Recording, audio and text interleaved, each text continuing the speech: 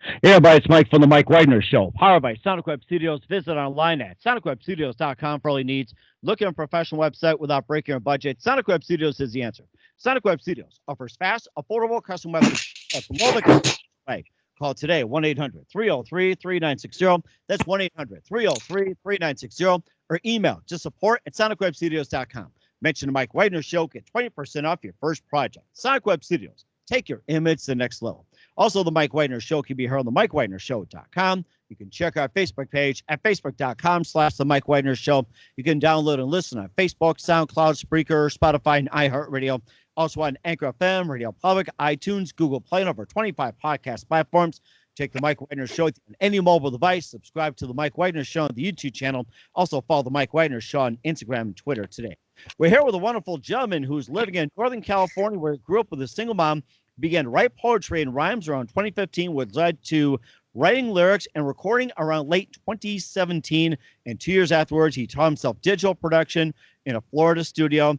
And he planned a debut series of performances in the summer, but due to COVID, he's been doing a lot of digital and social platforms. And he just has a lot of music right now on SoundCloud, Spotify, BandLab, and a lot more. And very unique music, and he's a phoenix rising above the ashes and emerging as one of the next superstars in the world of music. Live, ladies and gentlemen, from the Plus Studios in Northern California, this guy is smoking. Ladies and gentlemen, Nathan Shaw, or best known as Nate Soundz. Nathan, good morning, good afternoon, good evening. Thanks for joining us today.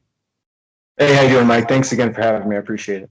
Hey, it's great. It's great to have you with. So you just have an amazing story. You live in Northern California, which you grew up with your single mom, and you wrote poetry and rhymes on 2015. You later led to lyrics and recording on 17. And then 2 years after that, you started to teach yourself digital production, and you were going to go on tour, but due to the pandemic, you started doing digital and social media, and you've got some great music out there. Got Off the Wall, Sing Song, Gratitude, Isle, and more. You'll be playing one of tunes for us in just a few minutes, and you've got pretty much specialized in dark trap, electronic, D&B, and some 90s influence as well, too. And before we get to all that, with you being such a genius, tell you how I first got started. Well, I would say ultimately the pressures of being an individual again. I was married for 8 years, and when I got my divorce, I had to find out who I was, by myself again. And in that process, I discovered music, and lyric and rhyme has always been with me, like you said, with poetry. But that would be the defining moment, was just being an individual again, in all accounts that I held for myself as significant. And what was that one moment that precisely influenced you into what you're doing today? We were at a festival, and I had some of my poetry hung up. I used to put them in frames, and I'd hang them up. And I had a person tell me, these poetry you have, sir, it's almost like music. It's like lyrics, it seems like.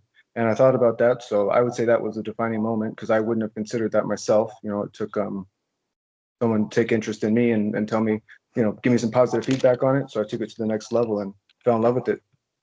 Wow, it's amazing. And what do you base your poetry on? And I'd like to hear some of your poetry after you answer.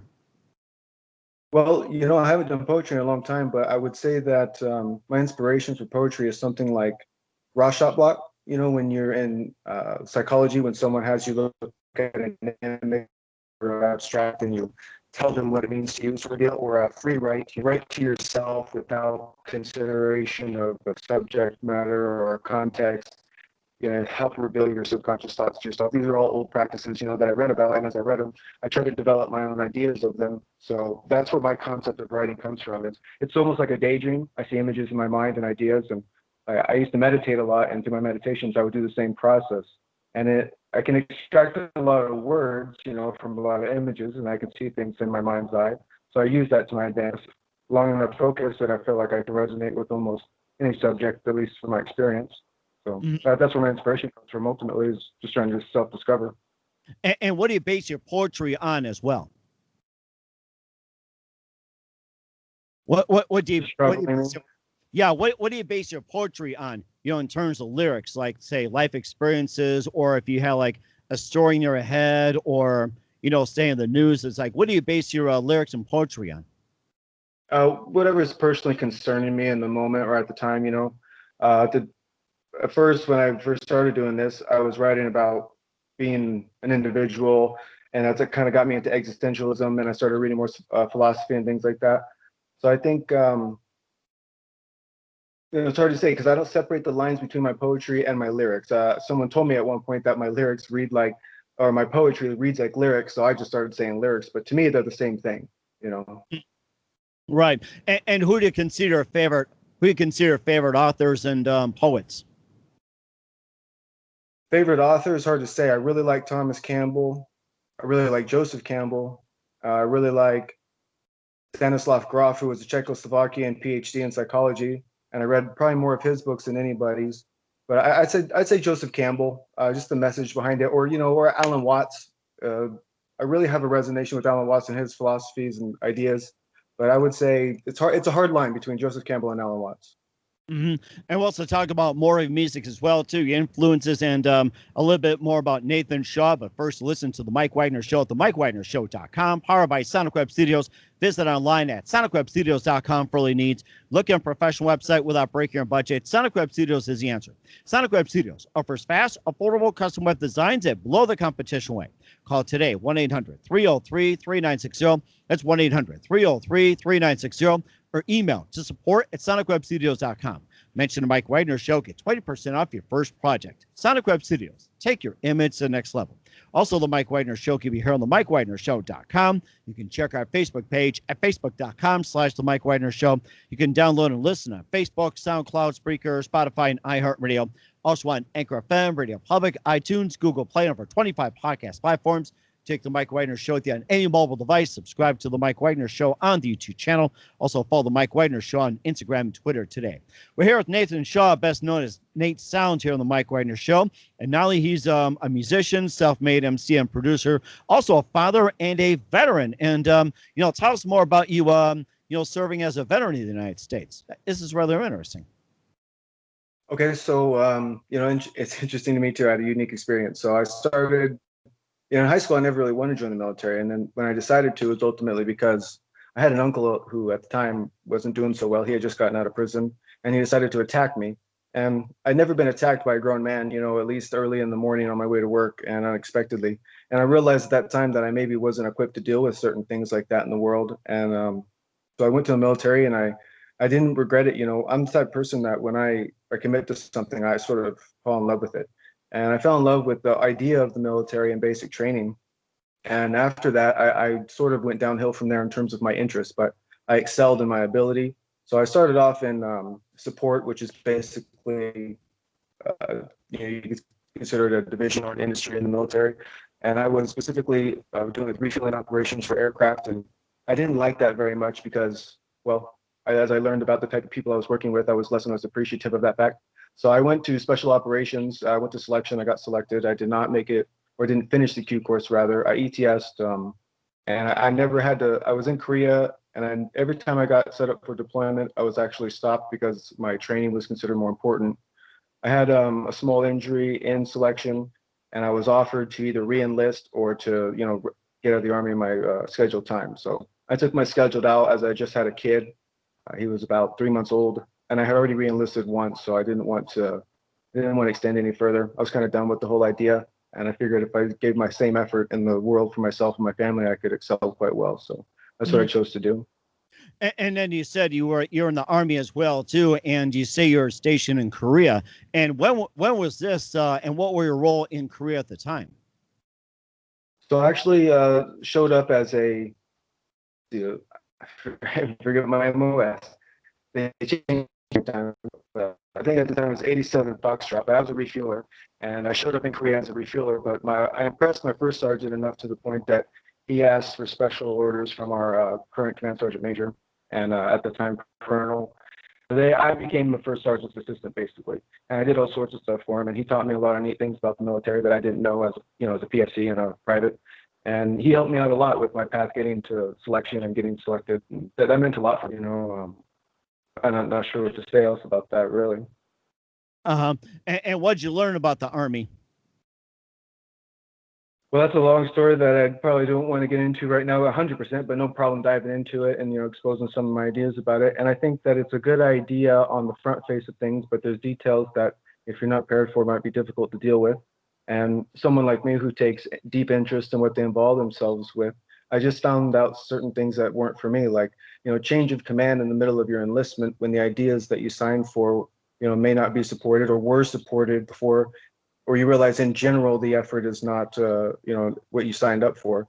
And that's something I don't think gets shown often enough on face value in recruitment. I think there's a place for the military, even though I'm not willing to say what, because I'm willing to say I don't know. I'm not an expert in that, and I don't want to put my face or my name or word on anything that has to do with things I know I'm not equipped to talk about.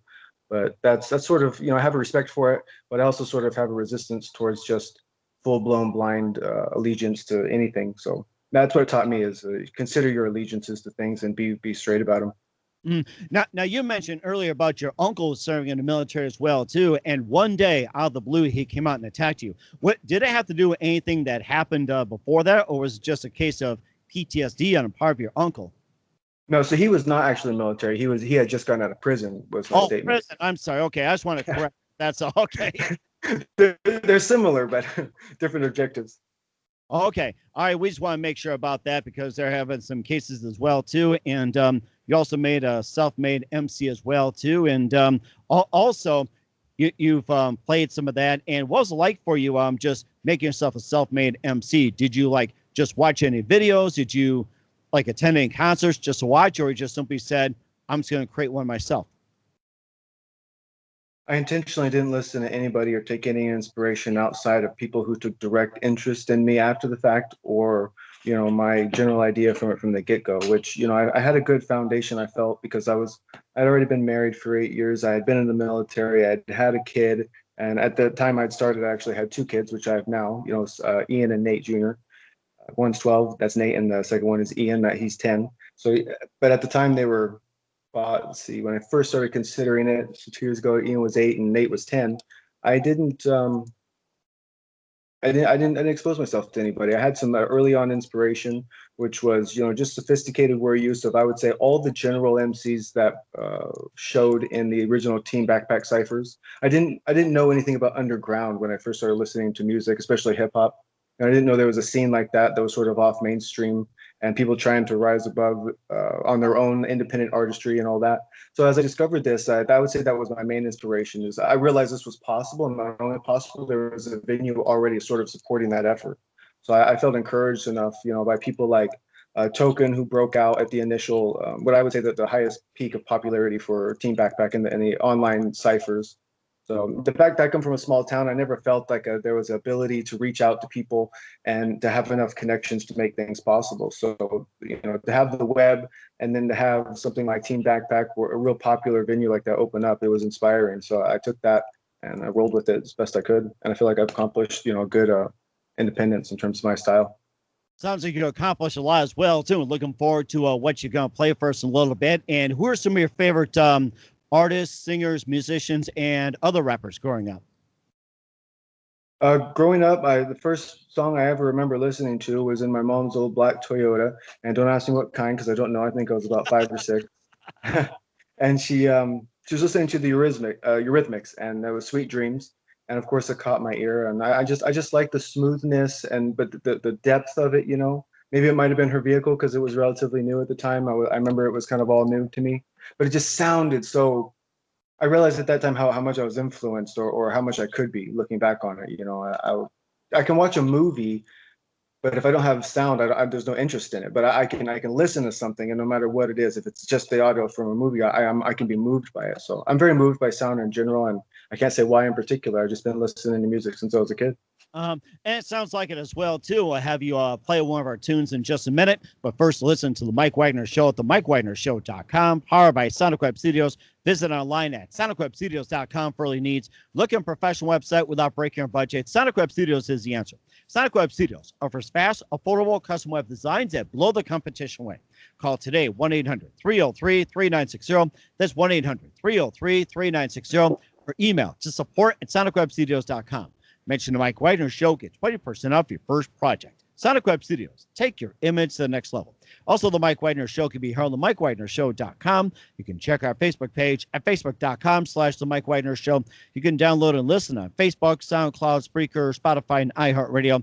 Also on Anchor FM, Radio Public, iTunes, Google Play, and over 25 podcast platforms. Take the Mike Wagner Show with you on any mobile device. Subscribe to the Mike Wagner Show on the YouTube channel. Also follow the Mike Wagner Show on Instagram and Twitter today. We're here with Nathan Shaw, best known as Nate Soundz, here on the Mike Wagner Show. And let's go ahead and play one of your tunes that you got for us. You can find all his music on SoundCloud, Spotify, BandLab, and more. And right now, we've got a tune that's you got for us. And tell us what you're going to play here on the Mike Wagner Show, Nate. So right now I'm going to play Time Pivotal. I actually recorded this 100% on my phone, which is at the time a Note 9. And I did this in a free app, and I'm not an advocate or anything for this. I'm just telling people what I did on BandLab. And BandLab's a free app, and I think it's cross-platform, but that's where I did it in, and that's where it starts for me, I think, now creatively. And anything I have that I feel is, good enough, I'll pass over to SoundCloud. And this is probably by far my most successful, not probably, definitely my most successful song. 11 days ago, or 12 days ago, rather, I'm at 224,000 views, and It made the list of Los Angeles Weekly Times. So I'll be playing that right now, and here we go with that.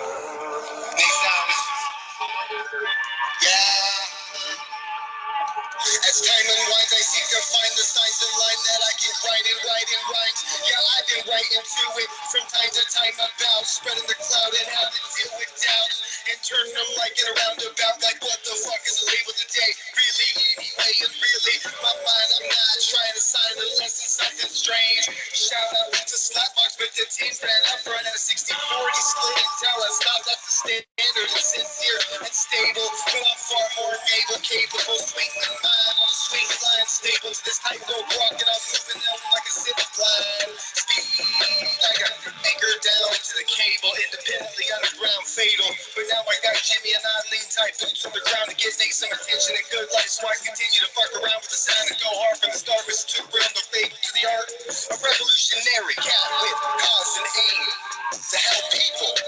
Checks the clause, but most would rather complain, crawl up a steeple than take my offered assistance, services, and advanced receivables. All these clowns know about what's on pay-per-view and never their payables, wondering why they get played like an I quote, it's inconceivable. So, hold your pause and pause the applause, because unless I'm giving money away, these beggars are unreachable, unteachable, unpleasable. We all want to be rich but not responsible. Everybody wants response but not be civil. Like everyone who's anyone made it must be a fucking criminal. Right? Fucking get that bullshit out your mind, because the only crime is how much potential and hard work remains unattended, untenable, dogmatic sound bites sparking off to the sentinels and subliminal, shiny, mystical, so typical and also predictable. Like I'm taking action with some esteem and passion and wash away the trivial. If only I wish for, because it's pitiful. And success is fucking capital. That's about 90% of everything is essentially, a little bit of a repeat after that with a little bit of ambiance. But the message is basically, I think, a well mix, of maybe what people might refer as both aisles. I'm typically remain and am non-political, or at least neutral. And I try to observe both sides of just ideas overall, not just politically. But I feel like, there's interest in there for everybody, and at least a point at which a bunch of people, I would say the significant majority of the population, could have a conversation about. And I hope at least that's why I'm experiencing the success I am for that particular song right now. Mm-hmm. And when Sparty write Time Pivotal, and how'd you come up with the name? Recently I actually discussed this too, and one of the things I mentioned was I feel like I've become the person I'm supposed to be.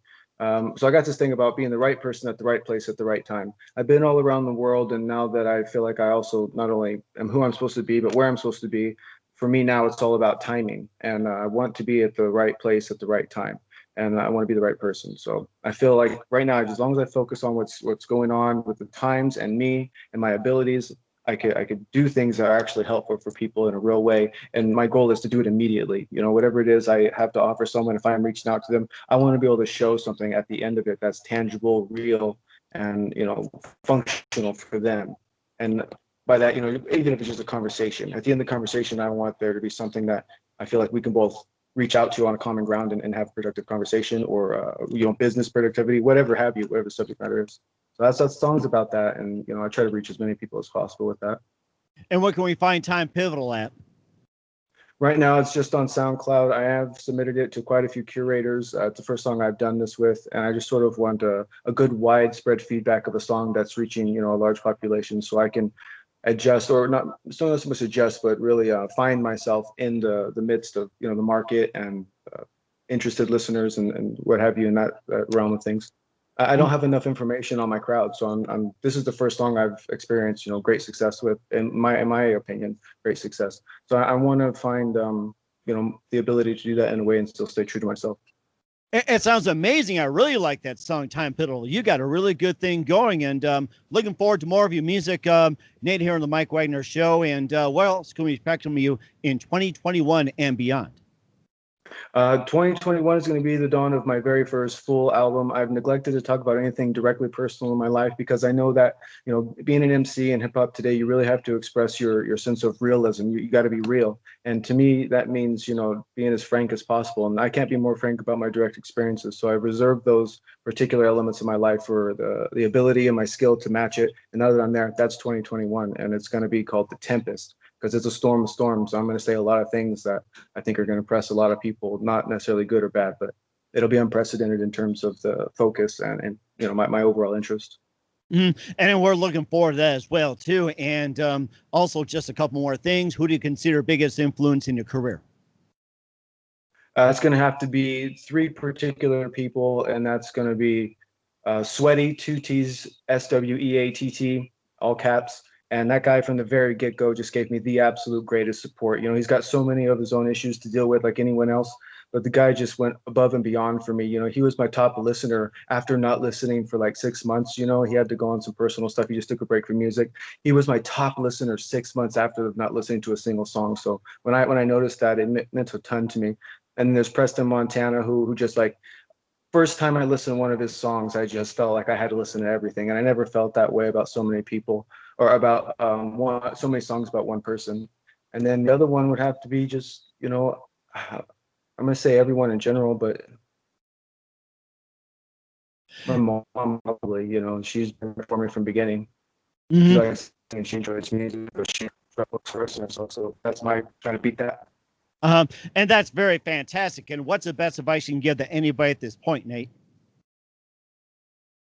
You don't need anything to make yourself the best version of who you know, whatever it is you can be in your own idea of yourself. Don't worry about spending money on anything until you know exactly who you are and what you want to do. And once you do that, everything else will be figured out for you, you know. And that's very good advice. Once again, Nathan Shaw, best known as Nate Soundz, here on the Mike Wagner Show. A very big thank you for your time. You've been absolutely fantastic. Looking forward to having you again soon. Once again, tell us about your upcoming projects. What's your website? How do people contact you? Where can people purchase or listen to your music?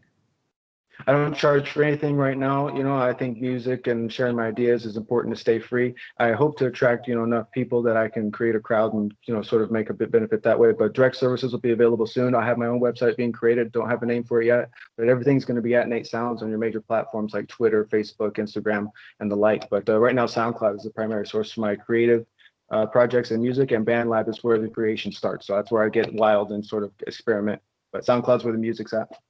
Sounds great. We'll check you more out. Once again, Nathan Shaw, best known as Nate Soundz. A very big thank you for your time here on the Mike Wagner Show. You've been absolutely fantastic. Looking forward to having you again soon. Do us a favor, keep us up to date. Love you back on in 2021 and beyond. You've been great. Thank you very much, sir. Appreciate your time.